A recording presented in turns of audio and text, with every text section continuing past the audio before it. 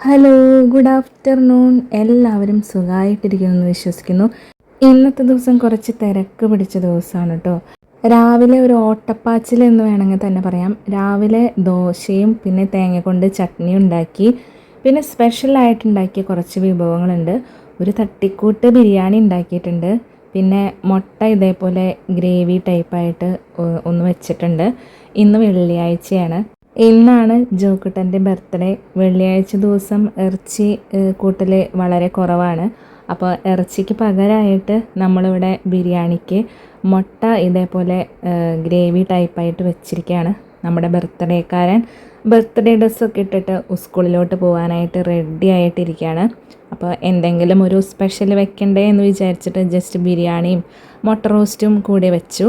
പിന്നെ ബർത്ത്ഡേ സ്പെഷ്യലായിട്ട് അവൻ സ്കൂളിലെ കുട്ടികൾക്ക് കൊണ്ടുപോയത് കുറച്ച് മിഠായിയും പിന്നെ പെൻസിലും കൂടി കൊടുത്തയച്ചിട്ടുണ്ട്. എല്ലാവർക്കും ഓരോ പെൻസിലും കൂടിയും കൊടുക്കാമെന്ന് വിചാരിച്ചു. അങ്ങനെ അവരെ സ്കൂളിലോട്ട് അപ്പച്ചൻ കൊണ്ടുപോവാണ്. അങ്ങനെ അവർ പോയി കഴിഞ്ഞപ്പോൾ എനിക്ക് ഒരു പണിയും കൂടിയും ബാക്കി ഇരിപ്പുണ്ടായിരുന്നു, പായസം ഉണ്ടാക്കാനായിട്ട്. ഇവിടെ എല്ലാവർക്കും പൊതുവേ ഇഷ്ടമുള്ളൊരു പായസം എന്ന് വെച്ച് കഴിഞ്ഞാൽ സേമിയാണ്, സേമിയ പായസം. അത് എല്ലാവരും നന്നായി കുടിക്കും. പിന്നെ ജോക്കുട്ടനും ഏറ്റവും ഇഷ്ടം സേമിയ പായസമാണ്. വേറെ എന്ത് ടൈപ്പ് പായസം വെച്ച് കഴിഞ്ഞാലും അവൻ ചിലപ്പോഴെങ്ങാനും ഒരു ഗ്ലാസ് കുടിച്ചാലായി.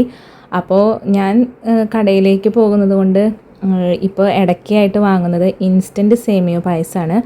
അപ്പോൾ ഇപ്രാവശ്യം വാങ്ങിയത് എലൈറ്റിൻ്റെ ഇൻസ്റ്റൻറ്റ് സേമിയ പായസമാണ്.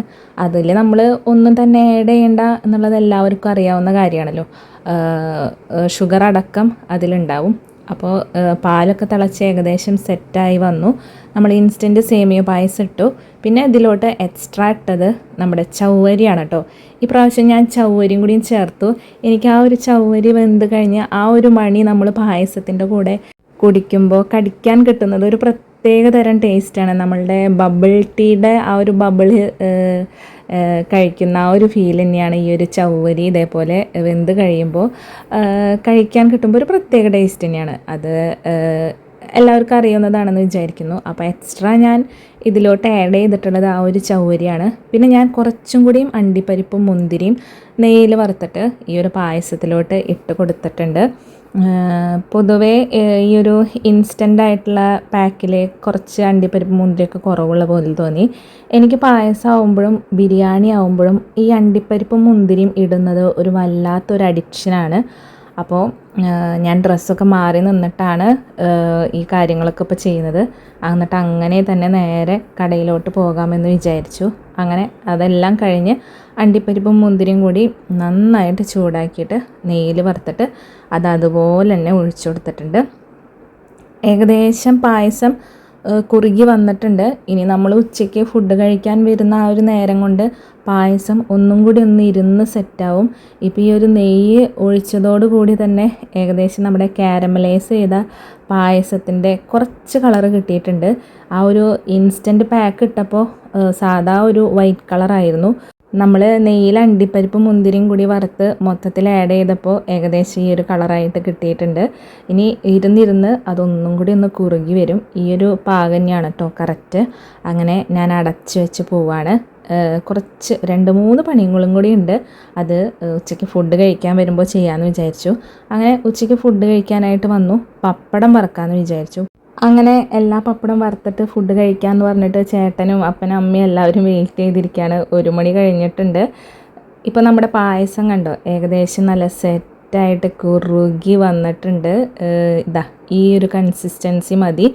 ഇത് തന്നെയാണ് നമ്മൾ വൈകിട്ട് വരുമ്പോഴും ഈ ഒരു കൺസിസ്റ്റൻസിയിൽ തന്നെ ഇതിങ്ങനെ നിൽക്കും.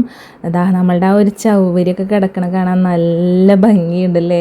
അത് നമുക്ക് കഴിക്കാൻ കിട്ടുമ്പോഴൊരു ഒരു പ്രത്യേക ടേസ്റ്റ് തന്നെയാണ് കേട്ടോ. ശരിക്കും നമ്മൾ ആ ഒരു ബബിൾ ടീയിൽ ബബിൾ കടിച്ച് കഴിക്കുന്ന ആ ഒരു ഫീൽ തന്നെയാണ് ഈ ഒരു ചവ്വരി ഇടുമ്പോഴും കിട്ടുന്നത്. കറക്റ്റ് വേവ് ആയതുകൊണ്ട് തന്നെയാണ് കേട്ടോ ഇതേപോലെ ട്രാൻസ്പാരൻറ്റ് പോലെ കിടക്കുന്നത്. അല്ലാന്നുണ്ടെങ്കിൽ ആ ഒരു വെള്ള മണിയുടെ ആ ഒരു നിറത്തിൽ തന്നെ കുറച്ച് കട്ടിക്കായിട്ട് കിടക്കും. അങ്ങനെ വൈകിട്ട് കുർബാനയൊക്കെ കഴിഞ്ഞ് വന്ന് വീട്ടിലോട്ട് എത്തിയപ്പോൾ നമ്മൾ ഓർഡർ ചെയ്തിട്ടുള്ള കേക്ക് ഇവിടെ വന്നിട്ടുണ്ട്. നല്ല അടിപൊളി ടേസ്റ്റുള്ള സൂപ്പർ സൂപ്പർ ടേസ്റ്റി ബ്രൗണി കേക്കാണ് കേട്ടോ ഓർഡർ ചെയ്തത്. നല്ല ടേസ്റ്റ് ഉണ്ടായിരുന്നു, എടുത്ത് പറയേണ്ട ആവശ്യമില്ല. ഫെററോ റോസ്റ്ററിൻ്റെ ബ്രൗണി കേക്കാണ് ഇപ്രാവശ്യം വാങ്ങിയത്. നമ്മുടെ ഈ വിപ്പിംഗ് ക്രീം ആഡ് ചെയ്തിട്ടുള്ള ക്രീം ഒഴിവാക്കാമെന്ന് വിചാരിച്ചിട്ടാണ് ഇങ്ങനെ ബ്രൗണി കേക്ക് ഓർഡർ ചെയ്തത്. അതിൻ്റെ മേലെ മിൽക്ക് ചോക്ലേറ്റാണ് ആഡ് ചെയ്തിട്ടുള്ളത്. പിന്നെ എക്സ്ട്രാ കുറച്ച് ചോക്ലേറ്റ്സും കൂടി സൈഡുകളിലൊക്കെ ആഡ് ചെയ്ത് കൊടുത്തിട്ടുണ്ട്. നല്ല അടിപൊളിയായിട്ട് തന്നെ ഉണ്ടാക്കിയിട്ടുണ്ടായിരുന്നു. മോൻ്റെ 8th ബർത്ത്ഡേ ആണ് കേട്ടോ. അങ്ങനെ ബർത്ത്ഡേയുടെ ആ ഒരു നമ്പറും എല്ലാം ഉണ്ടായിരുന്നു. സംഭവം അടിപൊളി ടേസ്റ്റ് ആയിരുന്നു. അപ്പോൾ പിള്ളേർക്കും ഇത് കഴിക്കുമ്പോൾ മധുരം ഉണ്ടാകും. അതിപ്പോൾ നമ്മൾ മറ്റേ വിപ്പിംഗ് ക്രീമിൻ്റെ ആ ഒരു ക്രീമോട് കൂടിയിട്ടുള്ള കേക്ക് വാങ്ങുമ്പോഴും മധുരം ഉണ്ടാവും.